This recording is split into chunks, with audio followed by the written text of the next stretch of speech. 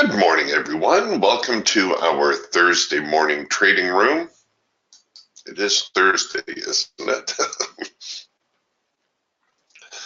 All right, here we go. The market just opening up,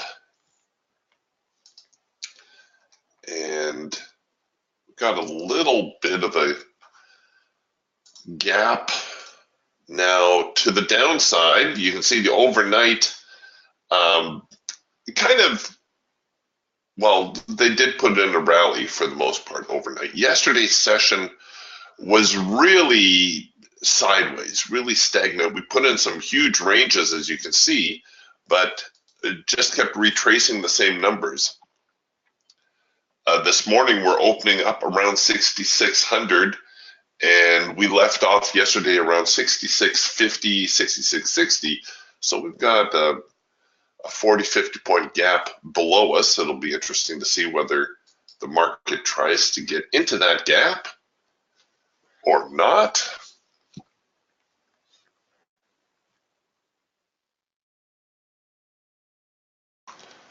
Right now, starting the day with a little bit of a bearish slant.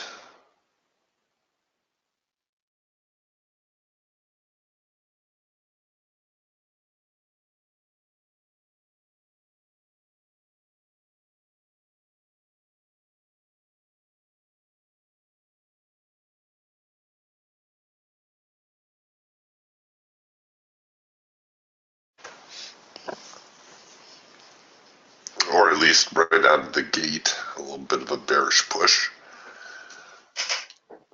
I'm going to try to give them a minute or two here.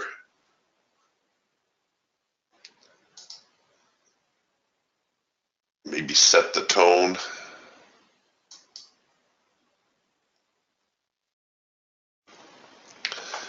You can see we've got a few signals going back and forth here now. On the Eagle, we got our first in sync signal, so that's a buy signal here on the Eagle. The Hawk also coming across with some first micro macro cross signals. The Falcon just produced a trend change signal, and the Raptor also did, a cloud crossover signal.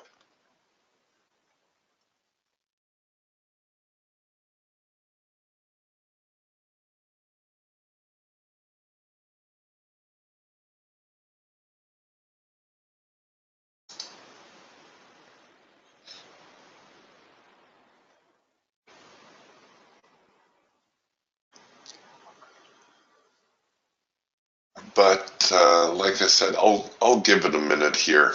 I'm not a big fan, as I've mentioned before, of hopping in early.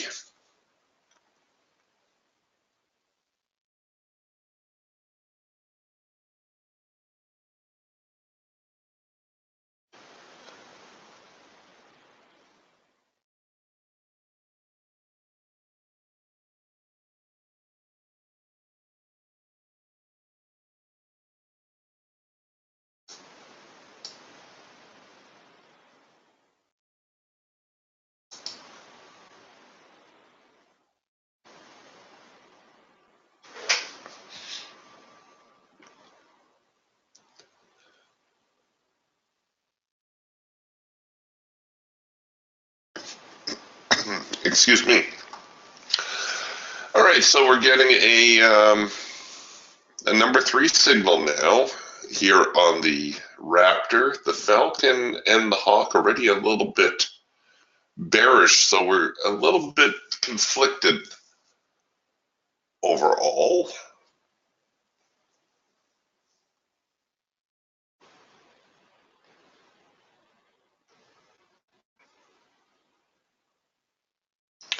The market not really sure which way it wants to go, but like I mentioned yesterday, you know, if you start the day with the intention of only taking a few trades, you know, some 2 to 4 trades in a day, that really raises the bar. You know, it makes you a lot pickier about what trades you want to take.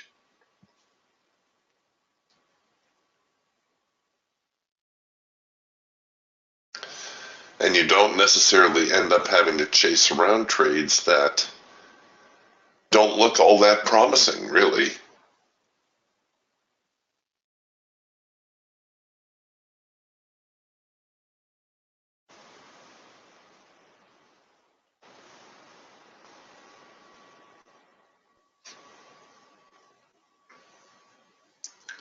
So what do we think? Are the sellers going to reverse on the overnight rally? It's not unusual, if there's a defined rally coming into the open, very often the market will try to reverse that last move. In this case, it would mean that the market's going to try to move a little bit lower.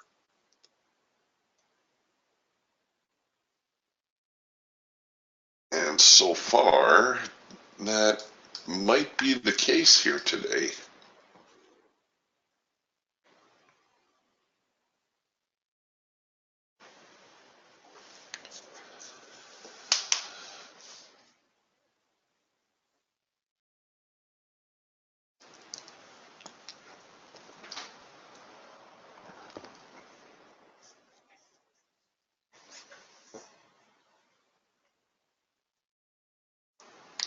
All right, everybody's in sync now to the short side.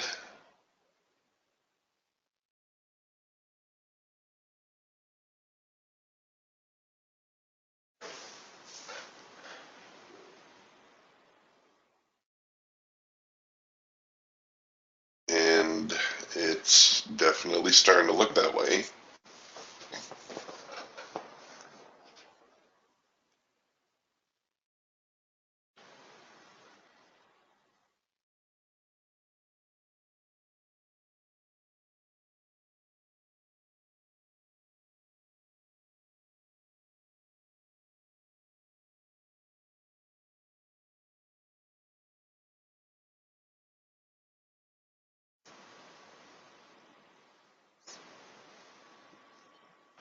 Volatility a little bit more controlled here this morning, which is nice.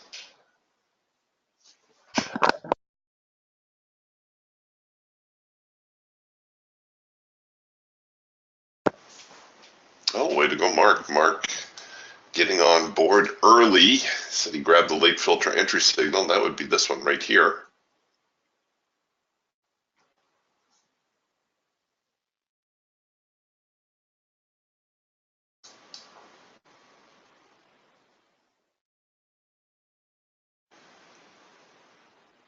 Getting a couple continuation signals now, most notably here on the Raptor and the Eagle. We're producing a hard edge bounce. Oh, and now we're coming back with a counter trend signal.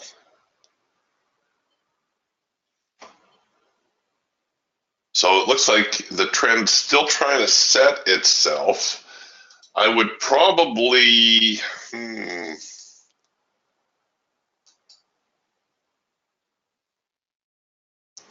probably set up something like this. My fear would be that the market is going to try to just break the lows there by a tick or two and then try to reverse.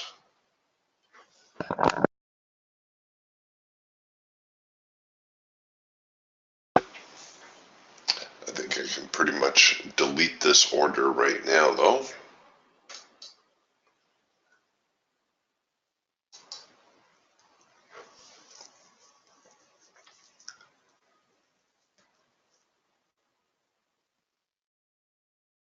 Hey, way to go, Mark. That was not easy. He said he wrote it down here a ways with a runner. This first swing would have been a bit of a challenge. And once that first swing was out of the way, well, we had a nice steady move to the downside.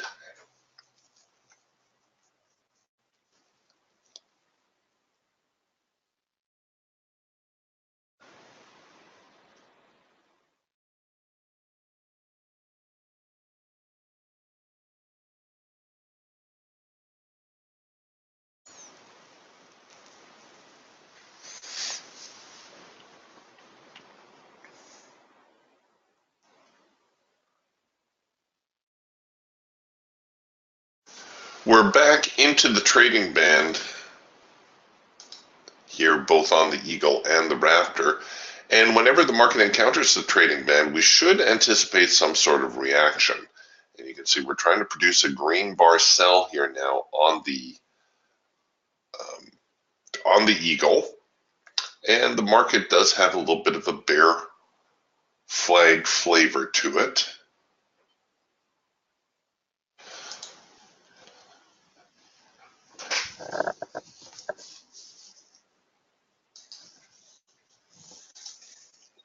The Hawk, very neutral right now, a lot of yellow bars. And the Falcon also starting to get a little bit more bearish. It's still early though. We're only 10, 11 minutes into the day.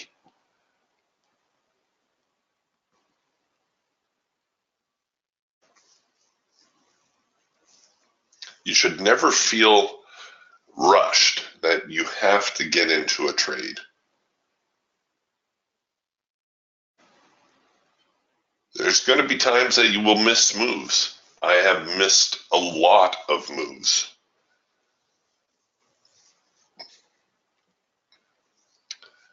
But a missed move is, in my way of thinking, always preferable to a loss.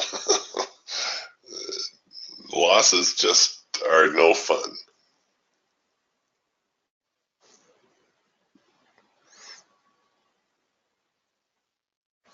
All right, I'm going to show you this here on the Raptor now.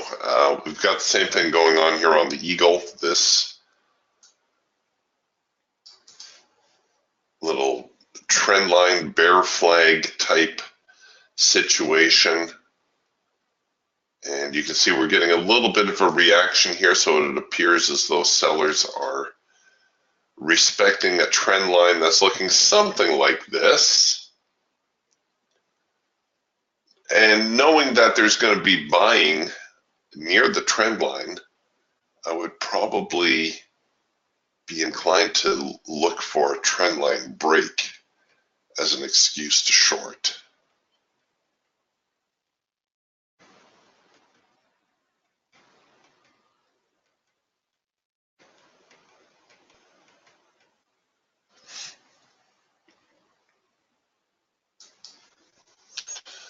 All right, let's put that away. I'm going to read you Mark's comment, which I think is an excellent piece of advice. Mark writes, the whole key I found is to give the high probability trades a wider stop, and they tend to work out nicely. I've never been a fan of the wider stops, but if you have confidence in your particular trades, the wider stop helps give the trade the opportunity to breathe and work out. And that is so true. I've mentioned this before too, but for the benefit of the new people in the room, or if you missed it the first time, trading is all about probabilities. And you increase the probability of success with a wider stop. You know, we've all gotten these spammy emails. New trading system performs, well, when they first started, they would perform 77% of the time, and then they didn't get enough emails open, so they went to 85%. And now I think I got one that said the email, or that it performs 93% of the time. 93% winning system.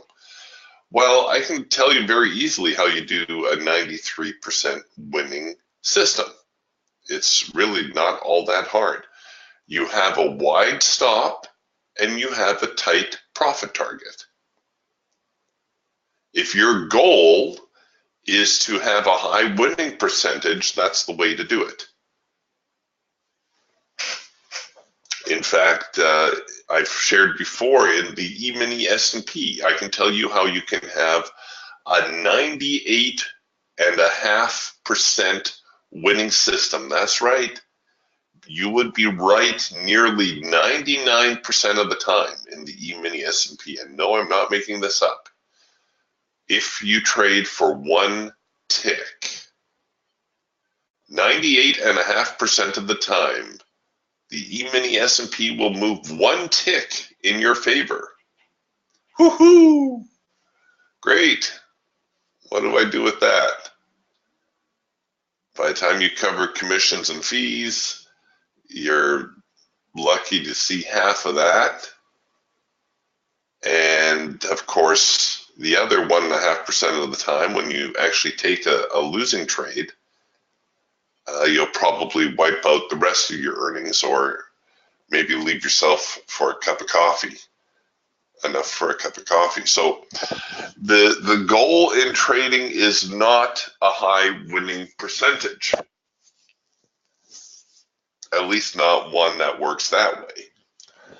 The goal in trading, and I'm sorry for overstating the obvious, is to make money. And in order to make money, you need to skew probabilities in your favor. And that normally means starting with a wider stop relative to what you can afford. And yes, I know it's uncomfortable, but remember, a stop loss is not a loss unless it gets hit.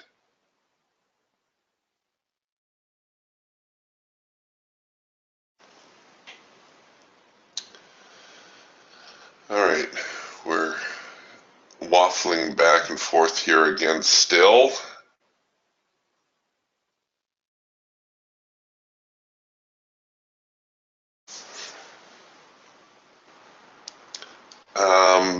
Our tools are out of sync here again. We've got the Hawk and Falcon both a little bit bearish, the Eagle and the Raptor. Well, the Eagle certainly a little bit more bullish.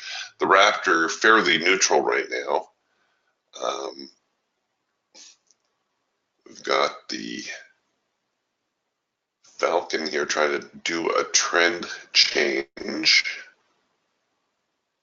Maybe even piggyback that on another late filter entry.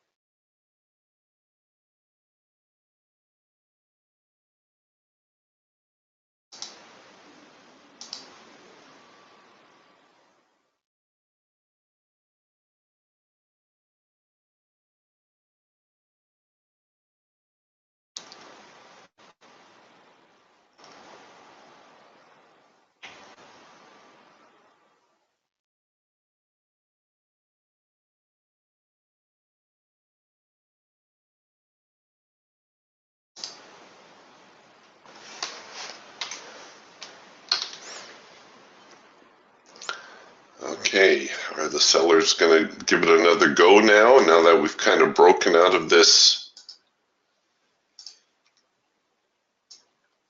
sideways range, kind of that maybe a bear flag type breakout?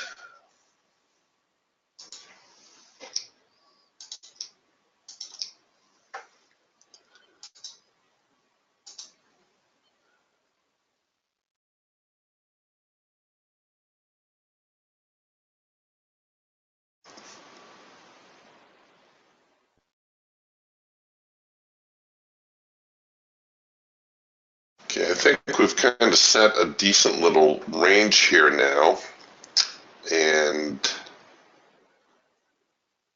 just when you think it's starting to get bearish again.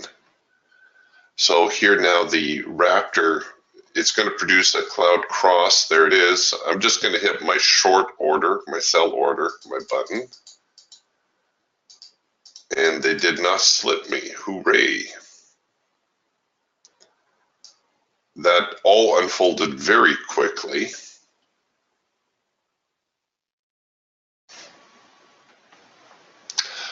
Yeah, Steven's asking here about Judah Tasson.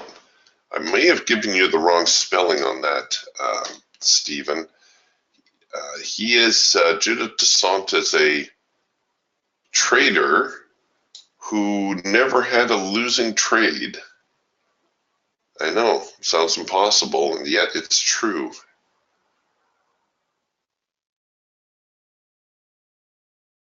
So I got a little bit of confidence here, or I'm looking for a little bit of follow through to the short side, and hopefully the sellers will cooperate. And in the meantime, while I'm waiting for that, I'm going to see if I can't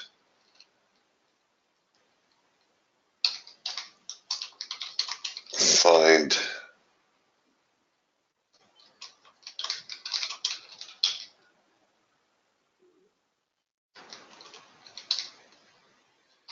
that information for you.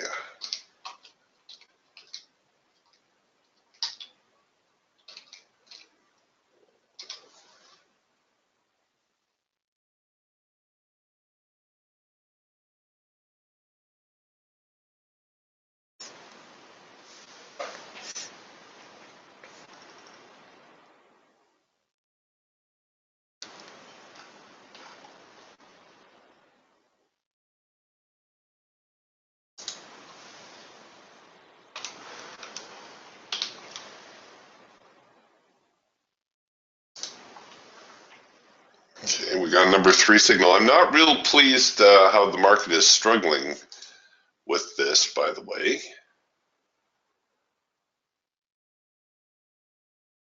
That's not what I'm looking for. I'm not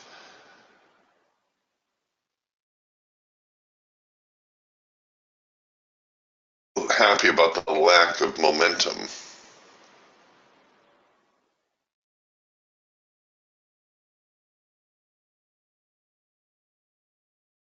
So here comes another hard edge sell, another number 3. The sellers have got to push through on this one in my mind, or they're probably going to fail, in which case I will bring my stops up here around the 65.95 area. All right, well, we keep checking out the lows. Come on, just a little bit more.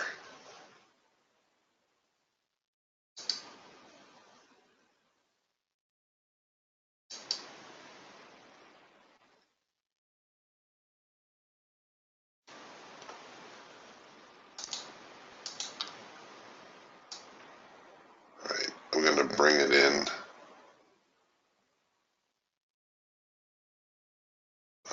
Maybe not just yet. Give it one more swing.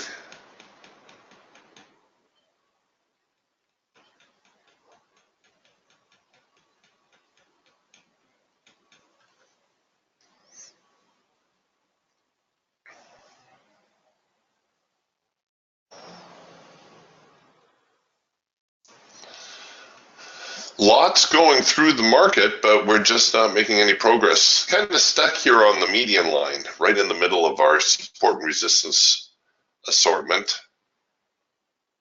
Haven't really wandered too far off of that this morning.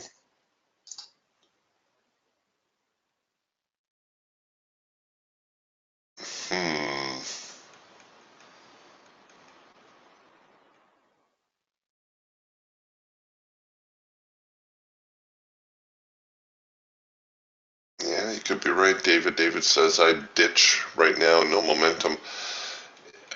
It's entirely possible the market's going to reverse here and stop me out.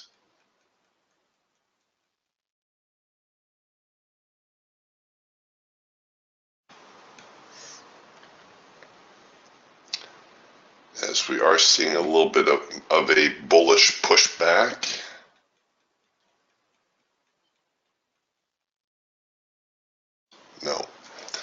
No, they're going to tag me. Doggone it. I hate it when I start the day like that.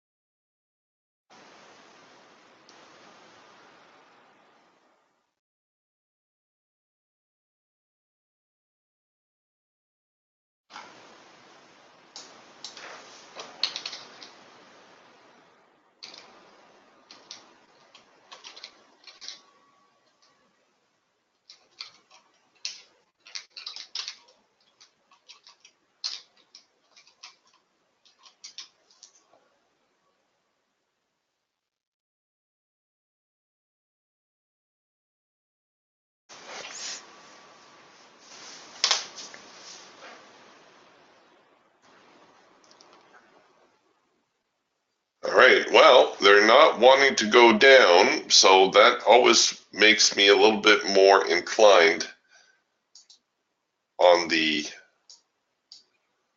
reverse, looking for a buying opportunity.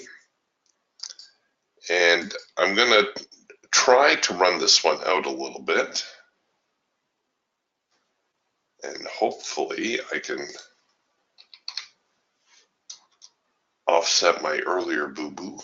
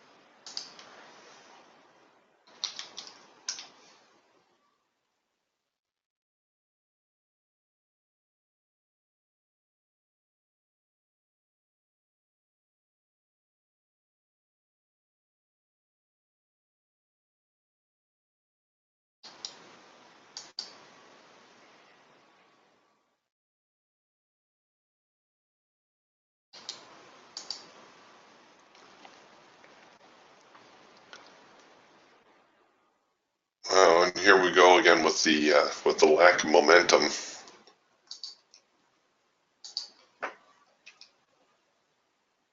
Just when you think the market's picking up some momentum, it falls flat again.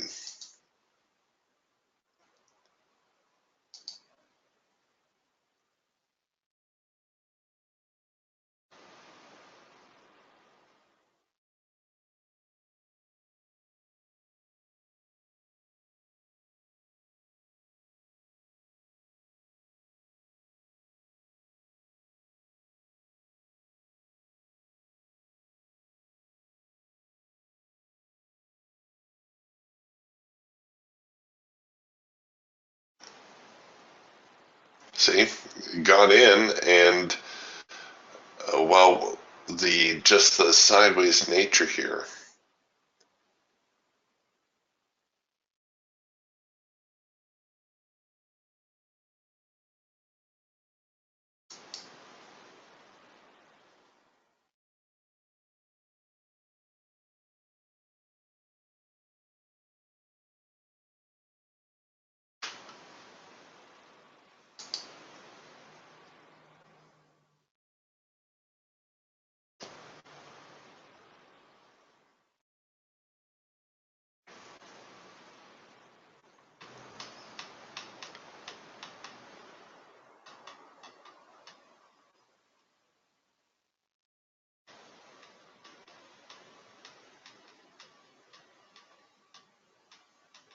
Come on, let's go.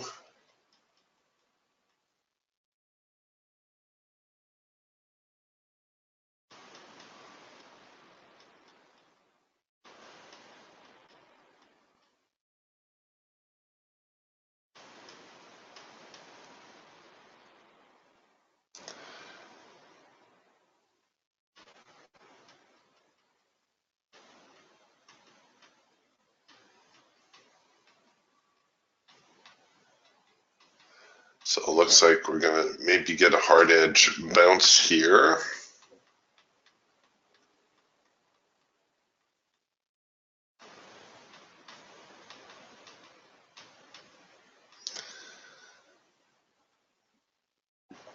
The eagle turning over now, also bullish. The raptor, of course, bullish. The hawk and the falcon kind of fading here a little bit.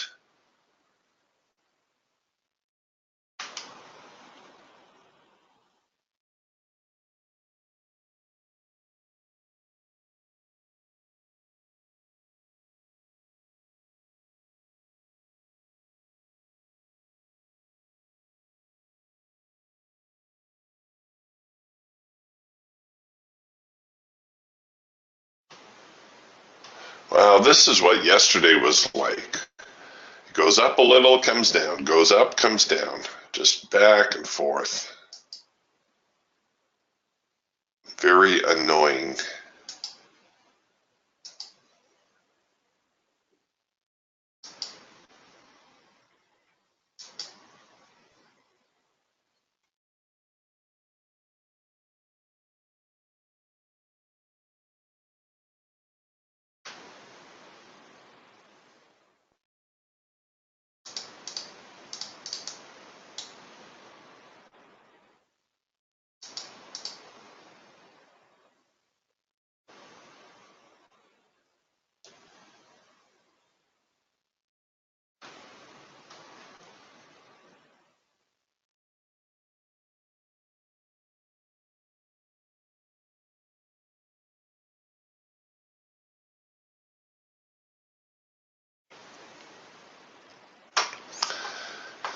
All right, well, the hawk now producing a red bar, or pardon me, a green bar sell, which is bullish if the market gets above this little high here. So if it trades 66.11, well, we should see a little bit of follow through there. The Falcon also producing a quick little trend change signal. The Eagle also a trend change signal. All right, so now we're getting a little bit better follow through on the trade. I may bring it up to break even at this point.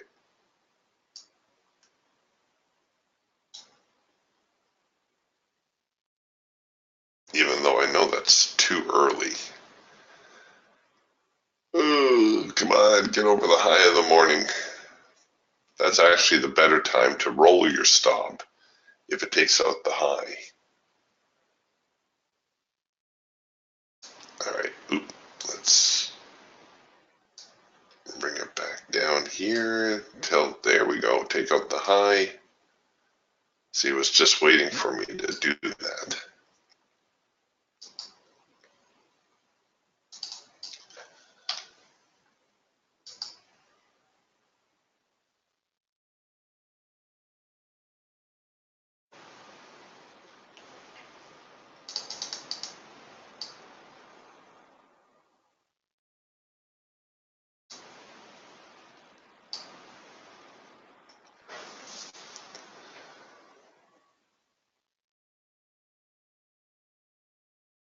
I'm trying really hard to be good here and not get too quick with my stops.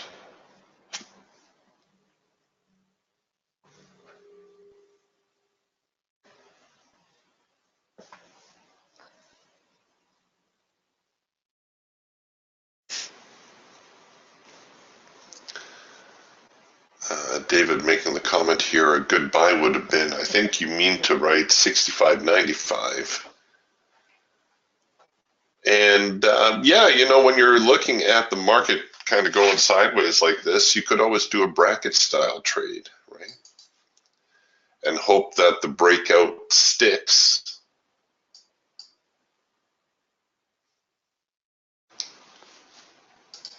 Like I said, if you're in a position like I was here and it doesn't work out one way, then there's nothing wrong with giving it a try the other way.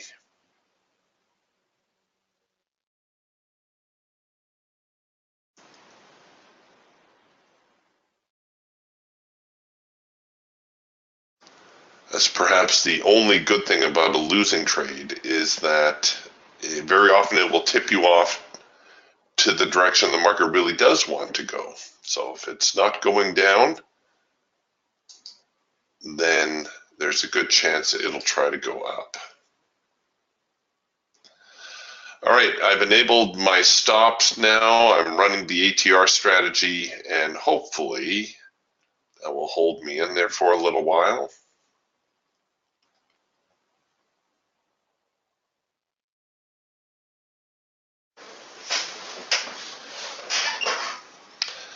As it appears as though the buyers are trying to muster a little bit of a rally here.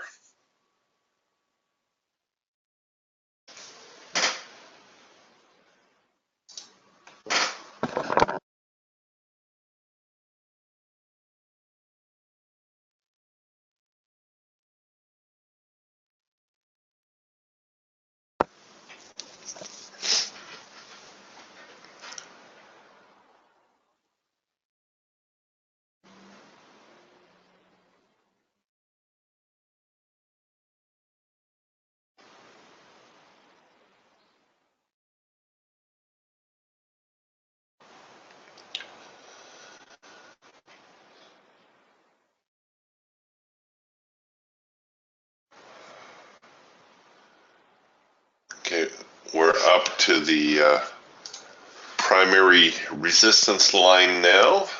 So far, so good.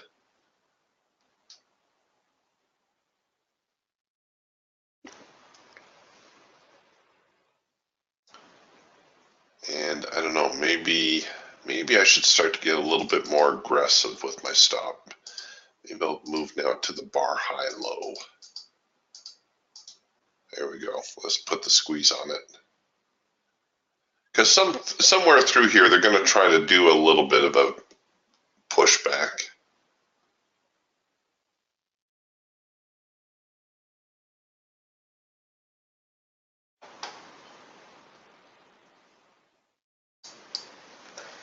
And I got a fair amount in open profit there right now.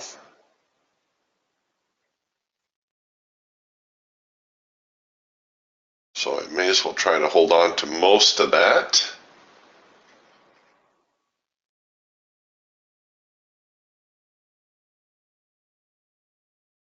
Okay.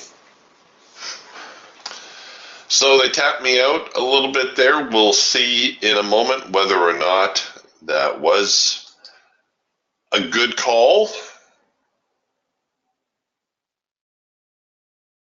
or whether I would have been better served trying to hold on a little bit longer.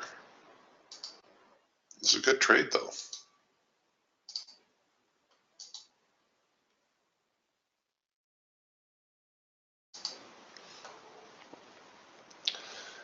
And just for future reference, if I throw my ATR back on there, I'll see whether or not the ATR could have held me in there a little bit longer still. Oh dear, look at that. Another couple of ticks.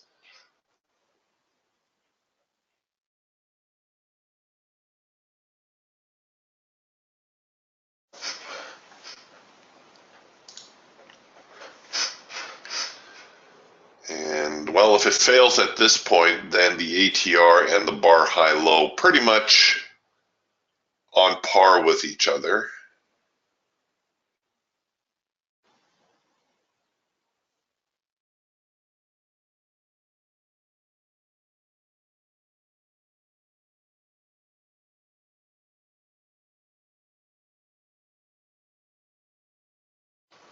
Our trading band getting quite broad again. And so when this happens, it's not unusual to see the market try to reverse a little bit. If you were running an oscillator type indicator like a stochastic or an RSI, your indicator is probably severely overbought at this point, I'm guessing. Oh, look at that. The ATR would have held me in a little bit longer still. Who'd have thunk?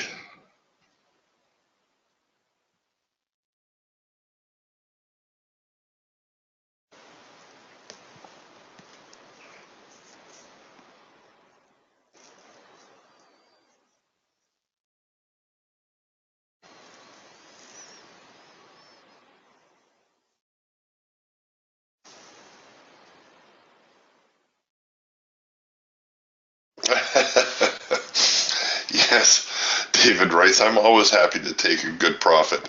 Yes, Doug, please don't get me wrong. I'm not I'm not bemoaning my profit. But you know, this is how you learn too. Like I said, one thing about trading is you're really going to learn about yourself. You're going to learn your strengths, your weaknesses, your tolerance for risk. And I'm not saying these things in any sort of judgmental way because we're all different. You will tolerate as much risk as you will tolerate. You will, um, you know, manage your trades the way you manage your trades. And once you know that, well, then you can plan accordingly. You can trade according to your personality.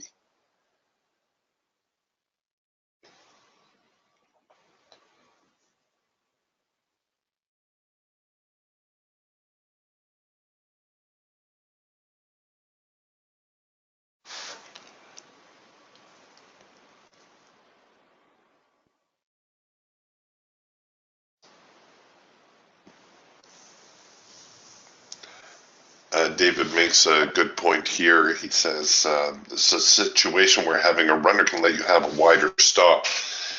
Trading multiple contracts, if your account allows it, is always preferable.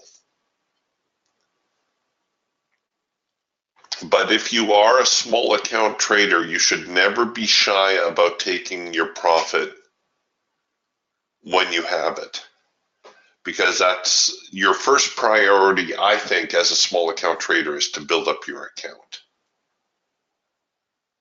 Build it up to the point where you can always have a runner in play for those times that the market does light up and, you know, ends up going much further than you anticipate. I'm surprised the ATR doing really well here at the moment. Still holding on.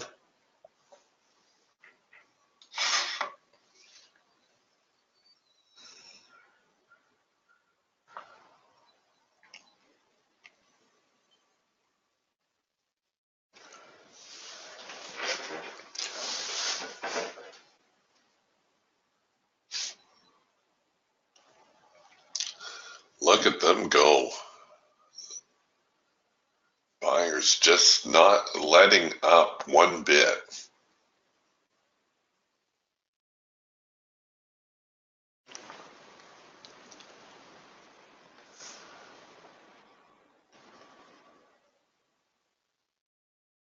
So right now it looks like I could have picked up, well, I've got another seven points by the ATR, another 20 ticks, another $100.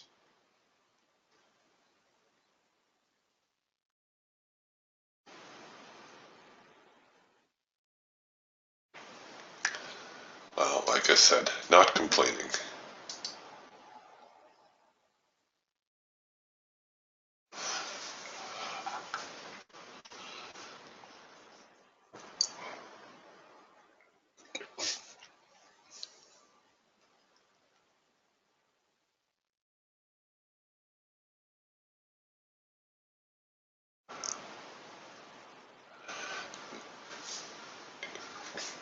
This might well be the move of the day right here, folks.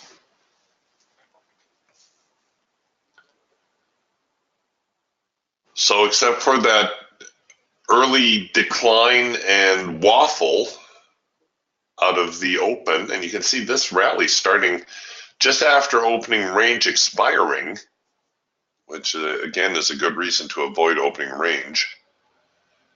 And boom, there they go.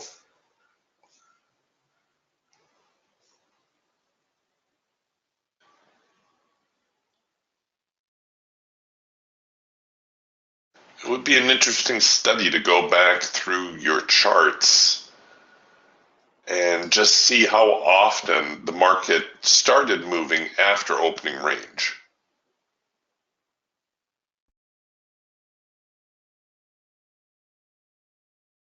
I have a feeling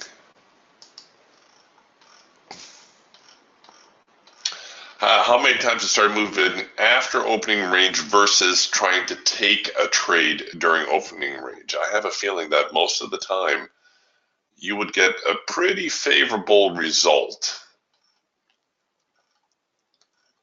by avoiding the opening range.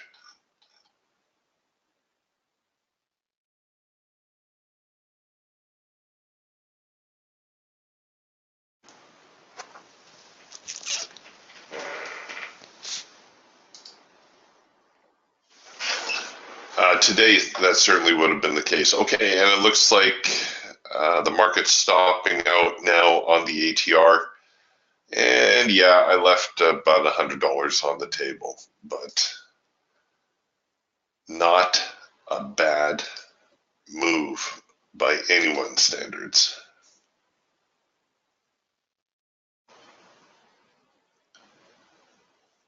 Yes, Scott.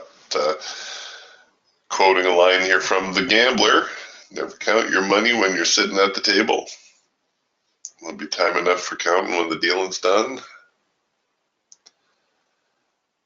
Yes, that is true. You got to focus on the job at hand, and then your accounting can be done afterwards.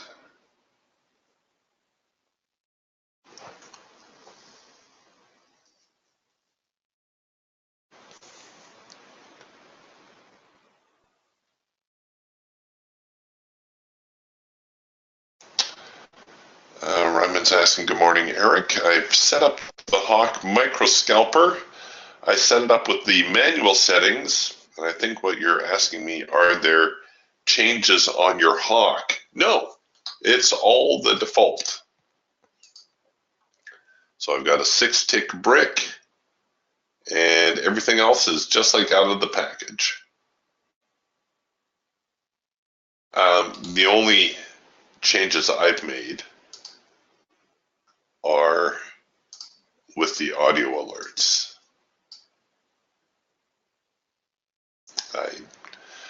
I tend to either turn them off, or I tend to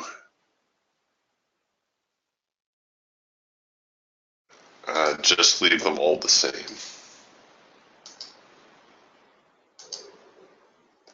I'm only watching a handful of charts. And most of the time I'm just really concentrating on the NASDAQ charts.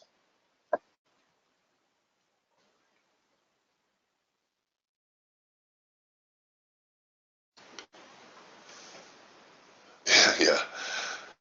Ryman turns his off too. I know the audio alerts, you know, when you're brand new to the system, the audio alerts I think are a great help.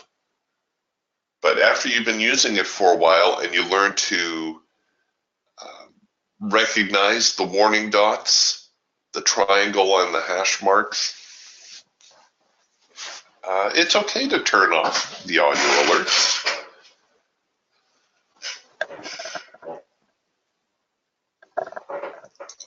I wouldn't say I find them distracting, but it can be a little bit much sometimes, especially if the market's moving back and forth quite a bit.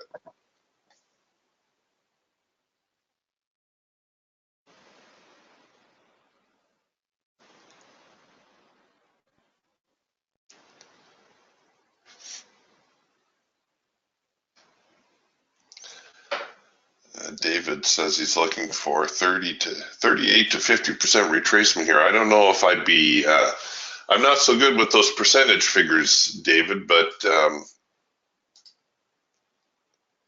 I could see, where did this market really get some giddy up? Somewhere around 66.20. Seems like a very feasible retracement. Of course, first we got to deal with the primary resistance line. That's kind of holding the market back at the moment.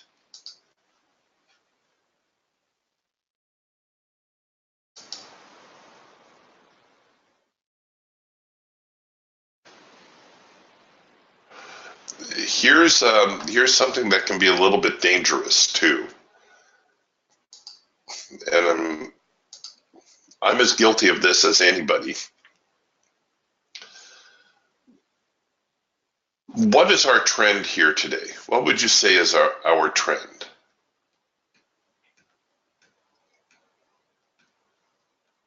All right, I'll belabor the obvious here myself. I would say the trend is up.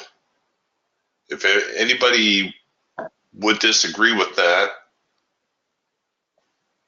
then you know, let me know. But I think at least for today, for this morning, the trend is up.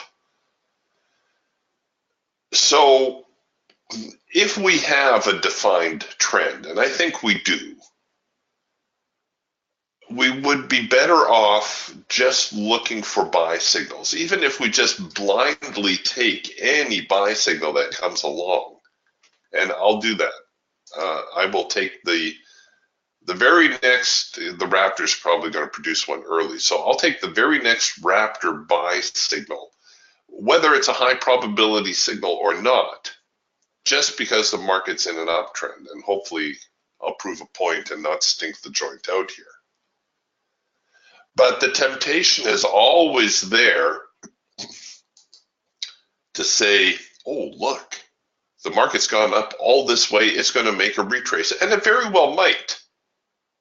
But on what side lie the probabilities? There's probably a greater probability the market's going to go up than come down. Now, of course, now that I've said that, watch the market fall like a rock. But most of the time, that's the way it's going to work.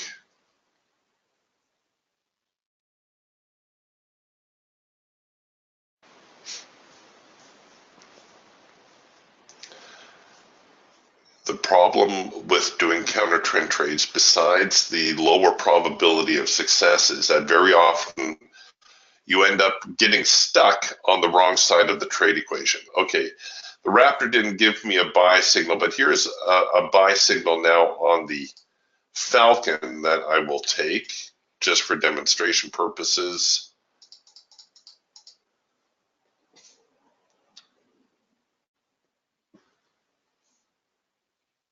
All right, so here now is my buy signal. And, you know, just for the sake of argument, let's see how far we can make this one go. So we're saying, okay, the overall trend is up. So I'm just blindly taking the very next buy signal that comes along.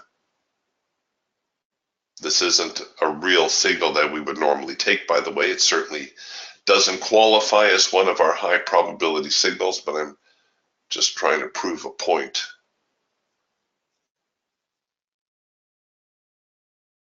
How important trend is, if in fact we do have a trend.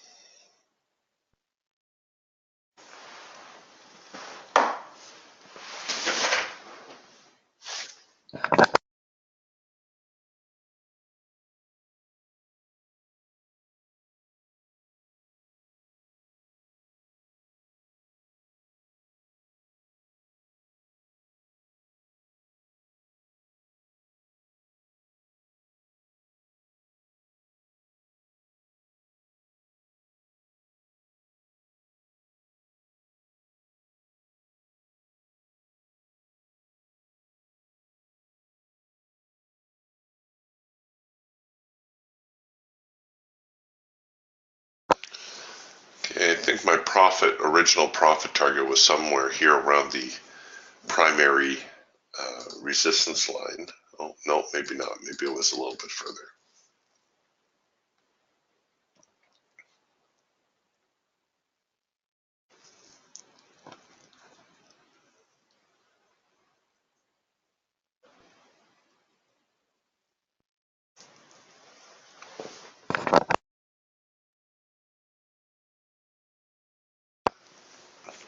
Nick says, I think the direction of the trend depends on the time frame of the chart. Well, yes, of course, you are correct, but you always have to go with the time frame you're trading with. Right? Having more information does not necessarily make better decisions. Case in point. What's the trend here on the daily chart? Well, if I had to guess, well, I would say sideways, and yet on the week we have a little bit of a bearish trend, don't we?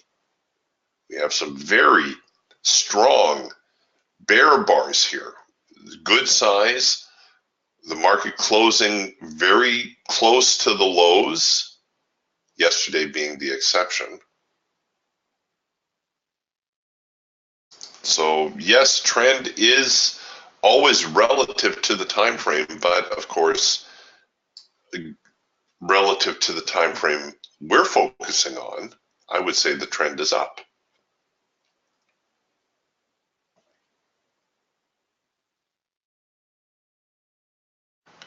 I'm just trying to point out that how important the overall trend really is.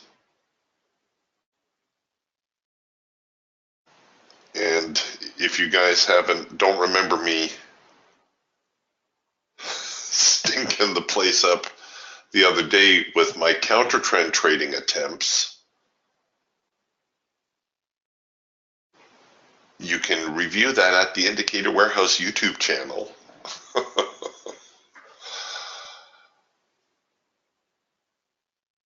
You know what bugs me about stuff like that, besides the fact that it's on the internet for all the world to see,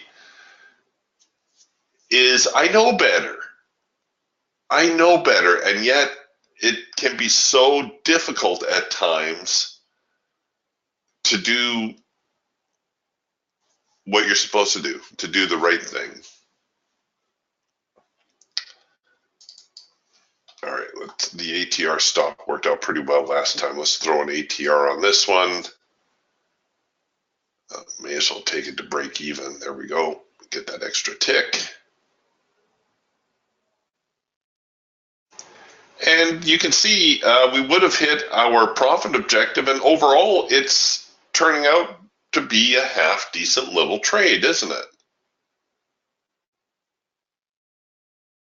And all we did was establish that, yes, there is a trend here this morning, and let's just take the next buy signal that comes along.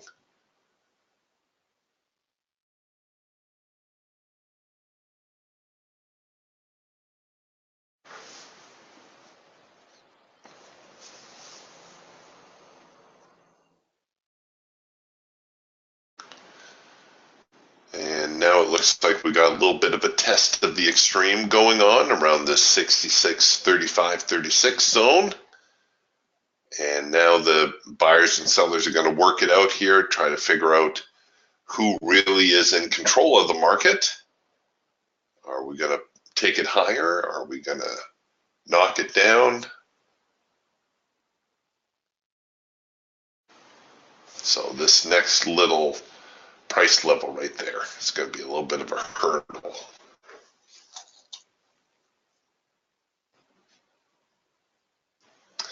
And if they get above there, I could see a retest of the high of the morning.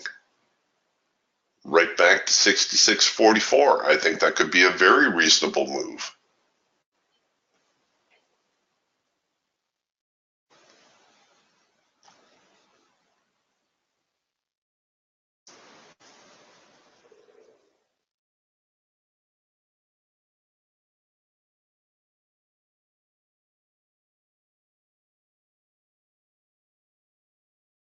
And I'm just letting the trade manager do its thing now with the ATR.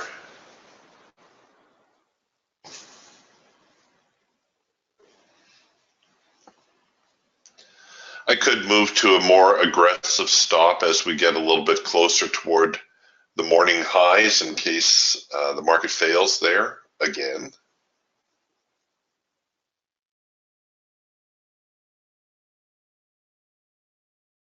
Looks like they're stumbling a little bit.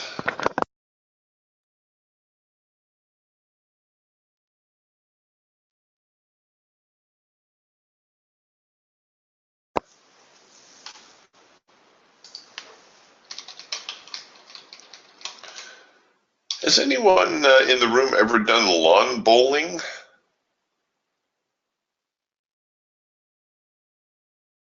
The reason I ask is our local lawn bowling club is having an open house this weekend. And it's a funny thing, I've always thought it was kind of an interesting sort of game, and yet I've never done it. So I'm thinking I may go check out the open house on Sunday. Who knows? I may end up being a lawn bowler and not even know it.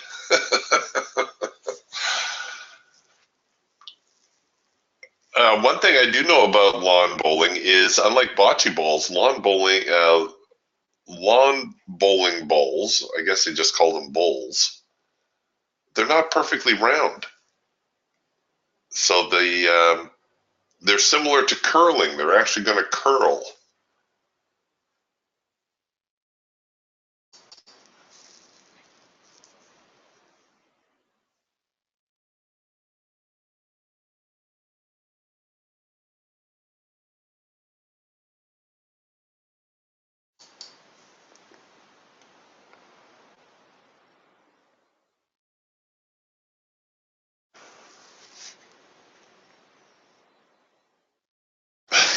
David, you remind me of a fellow I worked with a little while ago who was a die-hard fib trader. He had fib levels all over his chart, and I don't know how he made any sense of it, but he just loved to trade his fib levels. And I'm not knocking fib levels. If that's what helps you make a trading decision, then by all means, run with it.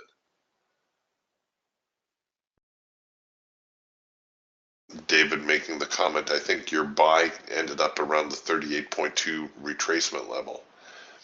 The thing I don't like about fib levels is I can't determine whether the market actually does what it does based on the fib level, or if it reacts there because so many traders trade fib levels. I bet if we shot a trend line, it would also be very close to where that retracement was. And I would probably place a little bit more faith in the trend line. Yeah, so here's the trend line off of the lows, and you can see it kind of coincided with that as well. Charles Dow, of course, was the first one to recognize that markets make retracements, regular retracements. He actually didn't use fib levels. He broke it into thirds. He did, what did he do? I think he did a 33, a 66, and a 50%. Those were kind of the retracement levels that he was watching.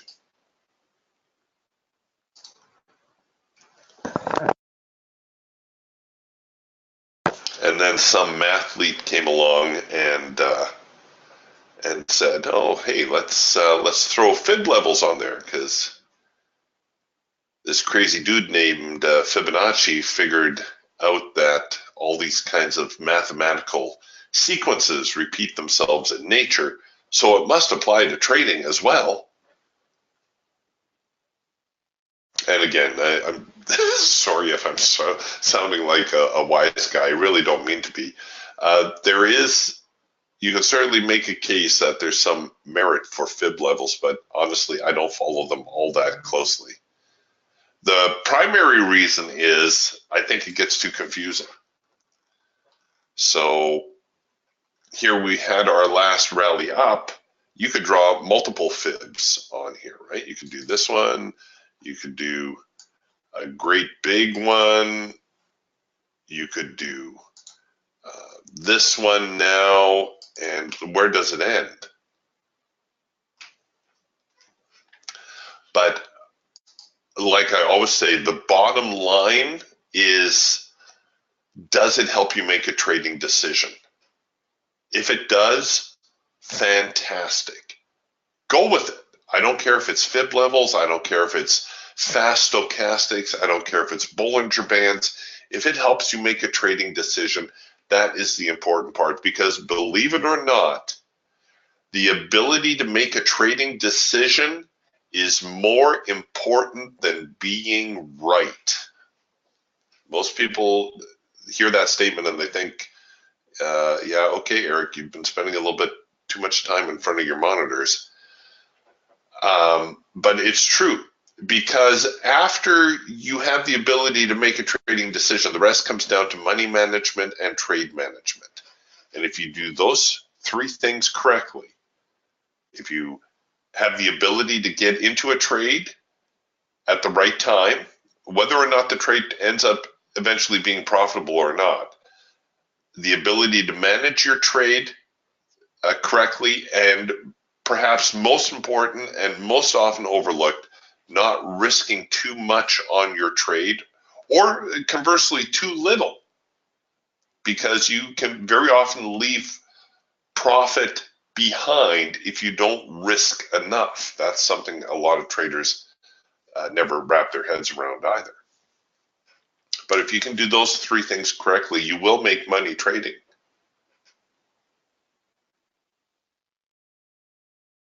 Yeah, okay. There's a few people in the room here now vouching for fib levels, and like I said, that's fine. That's perfectly fine if it helps you make a trading decision. If it clouds your ability to make a decision, well, then I would probably suggest you leave them off.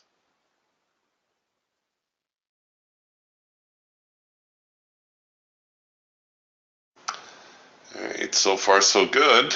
If we break out above the high here of the morning, we may even see a little more follow through. Obviously, we've got a very strong trend here.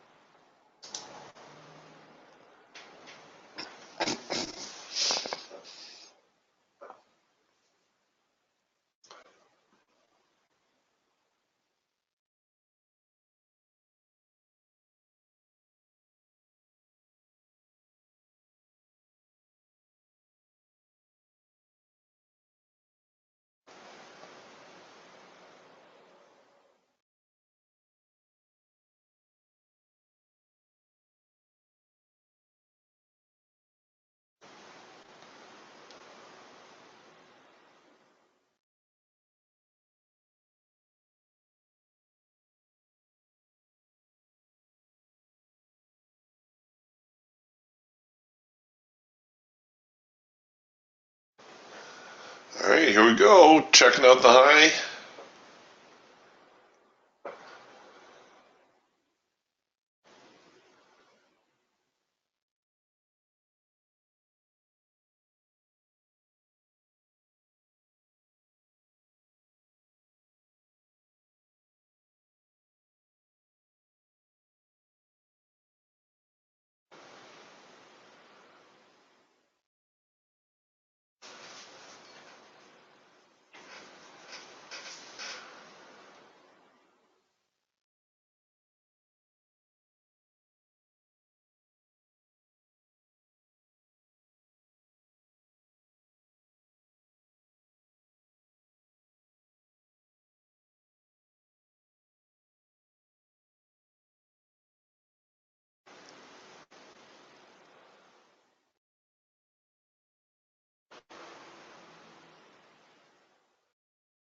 Well, getting a little bit of a reaction now to the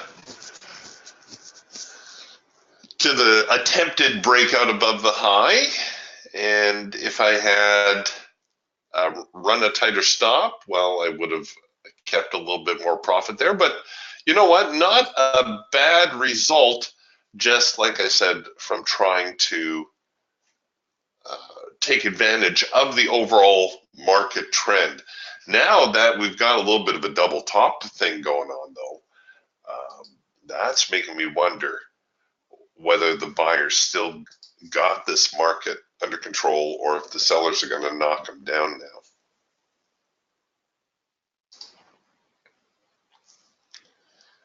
And I'm thinking it's probably going to be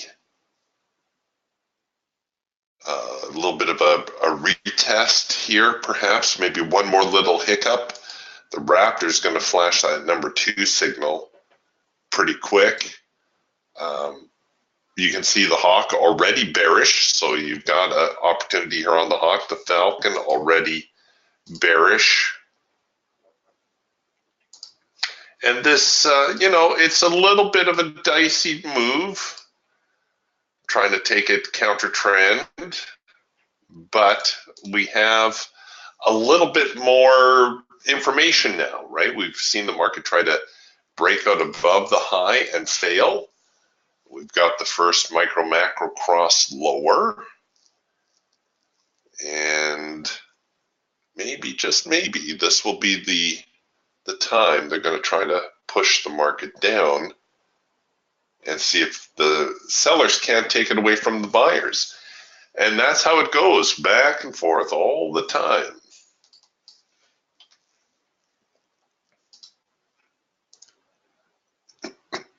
Excuse me.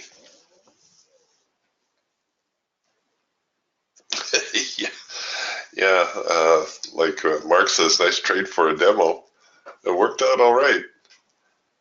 Hey, way to go. Mark says 2 for 2 on his late filter entries this morning. Patience and high probability signals paying off, and that really is the key right there. if you hold out for the best trades,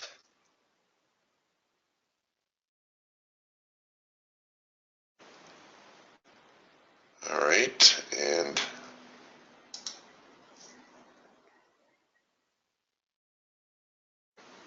I think I've hit my scalp target, or I was very close to hitting my scalp target.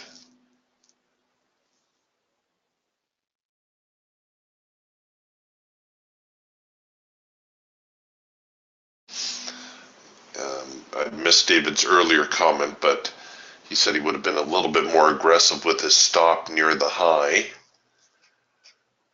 And again, you know, it's a personal thing. Like I said earlier on, you're going to learn a lot about yourself, your risk tolerances, and so on. And then you have to trade accordingly.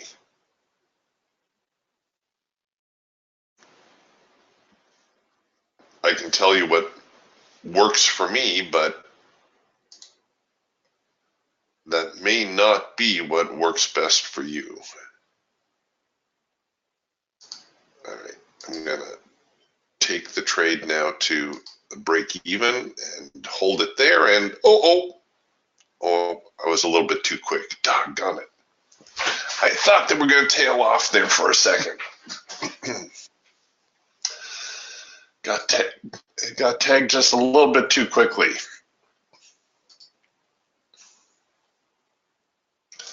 Well, we're back into the hard edge now.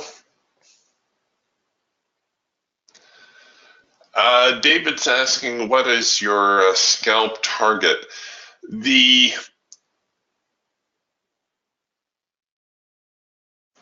Hawk Micro Scalper, we have a $50 scalp target. That tends to be the traditional scalp objective. So with an instrument like the NASDAQ, where it's $5 per tick, we have a 10-tick target. For an instrument like the E-mini, of course, it would be 4 ticks. If you're trading a slightly more volatile market, well, gold used to be more volatile, or pardon me, crude oil used to be more volatile. I would actually double the objective for a market like crude. Yeah, you could actually double it for gold as well.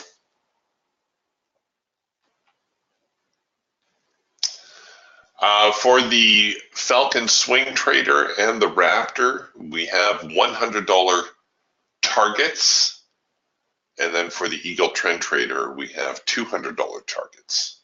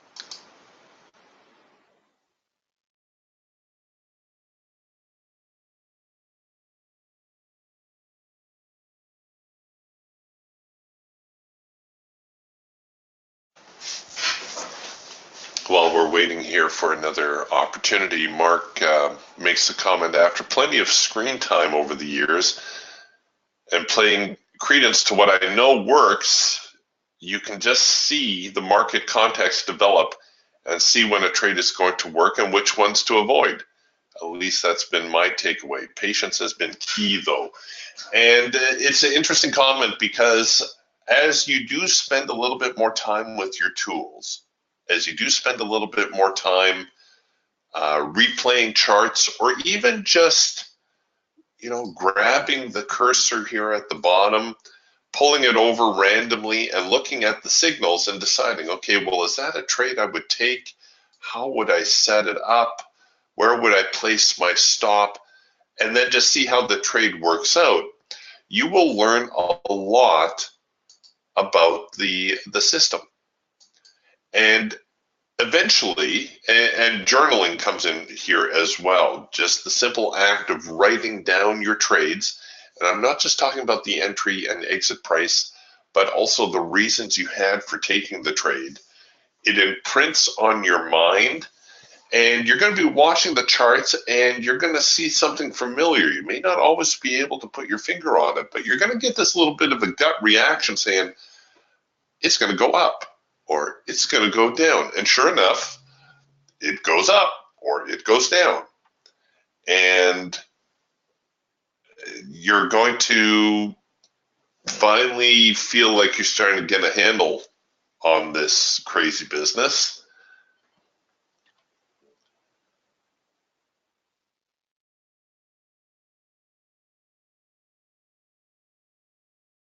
But Mark is correct. Patience is very important. Muy importante.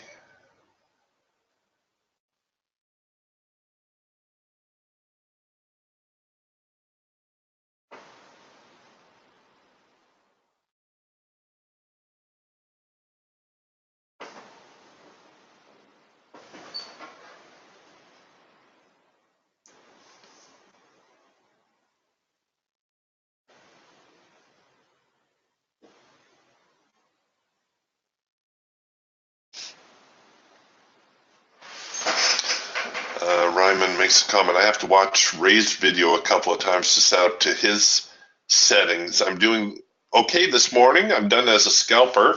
I was in the red, but now I got a scalp profit. Way to go. I've clawed my way back too after that disappointing trade to start, which always bugs me because, again, it's opening range. I don't usually trade opening range. When I do, I usually regret it.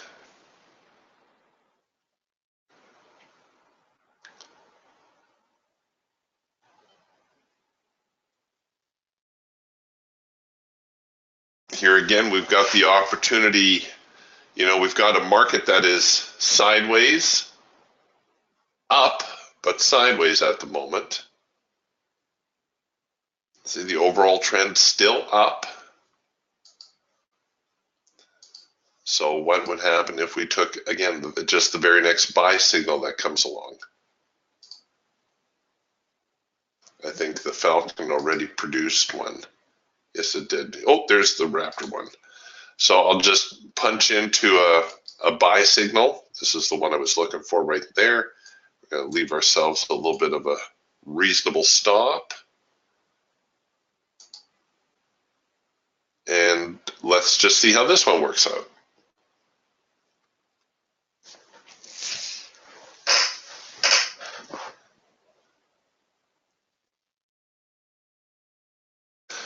And once more, this wasn't a signal based on anything in the chart, just the overall market trend, trying to take advantage of the big picture. And the market may actually be getting a little bit long in the tooth here. We're pretty close to the lunch hour. No, I may have caught a break. We'll see. Back at some familiar numbers here at 66, 35, 36. Those were a little bit of a stumbling block last time. Let's see if the market can push through this time. In fact, I will set a break even. Oh, hit the break even, so I'm going to take it. There. There we go.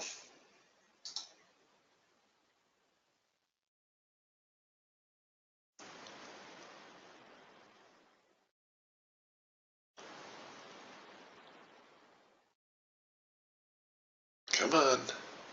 Ooh, a little bit of pushback now. The sellers are getting a little excited as the market gets a little bit closer here. I'll show you here on the Eagle because it'll make a little bit more sense. But this whole trading zone that we have going on, there's going to be buying here kind of in the bottom third, bottom quarter, selling here in the top third, top quarter, and that's why we're seeing the sellers trying to push back a little bit now. They're getting a little excited.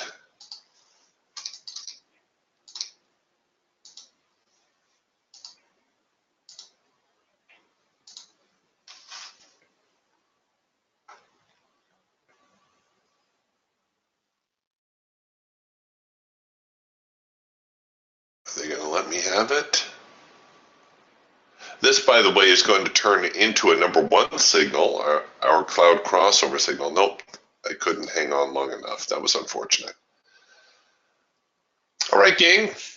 Looks like we're kind of in a sideways drift now. If you are going to continue trading this afternoon, I think, well, we very well may have seen the move of the day, and the market may end up drifting sideways. So look for repeated attempts to break out above this morning's high. I don't think we're going to see a full reversal here. Right now, the buyer's just looking a little bit too strong. But yeah, be careful. It's like I said, we could just end up in a bit of a sideways drift for the rest of the day. I will see you tomorrow. Have yourselves a very pleasant day. Bye for now.